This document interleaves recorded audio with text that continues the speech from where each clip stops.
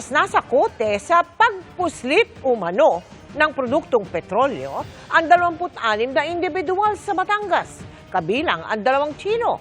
Daang-daang libong litro yan ng tinatayang nagkakahalaga ng 13 milyong piso.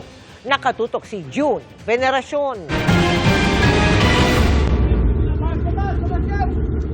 Sinalakay ng mga tropa ng Customs, Coast Guard at PNP-CIDG ang Subukin Port sa San Juan, Batangas kaninang madaling araw.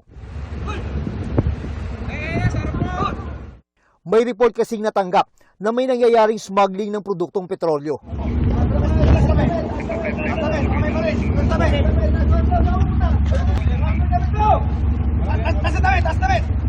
Huli raw sa akto ang paglilipat ng diesel mula sa motor tanker Feliza papunta sa mga nakapilang tanker truck. 217,000 liters ng langis na nagkakahalaga ng 13 million pesos ang nakumpiska. Kumpiskado rin ang motor tanker at mga truck.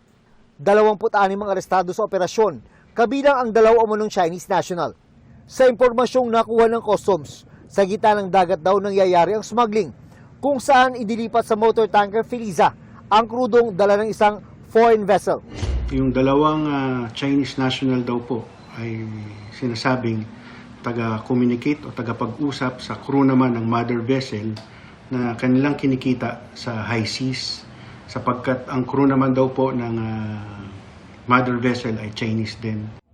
Kabilang sa mga kakaharaping reklamo ng mga naaresto, may-ari ng barko at mga tanker truck, ang paglabag sa Customs Modernization and Tariff Act. Sunod-sunod pa ho ito, marami pa ho tayong follow-up operations at buong Pilipinas po ay naka-alerto na sa pagdating ng mga ganitong smuggled items. Para sa GMA Integrated News, June Veneracion, nakatutok, 24 oras.